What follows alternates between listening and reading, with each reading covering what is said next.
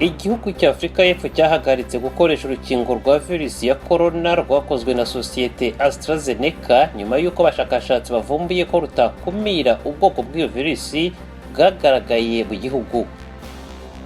Amagambo yavuzwe n'umuyobozi mushya w'umuryango wa Afurika yiyunze yumvikanishije ko hari akamaro ko gukorera hamwe mu guhashya virusi ya corona no kugarura umutekano. Minisitiri w'ubuzima muri Repubulika ya Demokarasi ya Kongo yavuze ko virusi nshya ya Ebola yagaragaye mu burasirazuba bw'igihugu hafi y'umujyi wa Butembo kandi ko uwayanduye yapfuye. Muri Sudani abantu amagana bari bamaze imyaka irenga 10 barahunze bari bagarutse mu bijya mu majyepfo ya Darfur nyuma y'ibitero bimaze iminsi mike bibagabwaho baribaza niba batarihuse mu gutahuka. Naho muri Tanzania ba mukerarugendo baracyakomeza ibiruhuko byabo mu kirwa cya Zanzibar kabone n'ubwo virusi ya corona n'ubwandu bwayo bikomeje kwiyongera.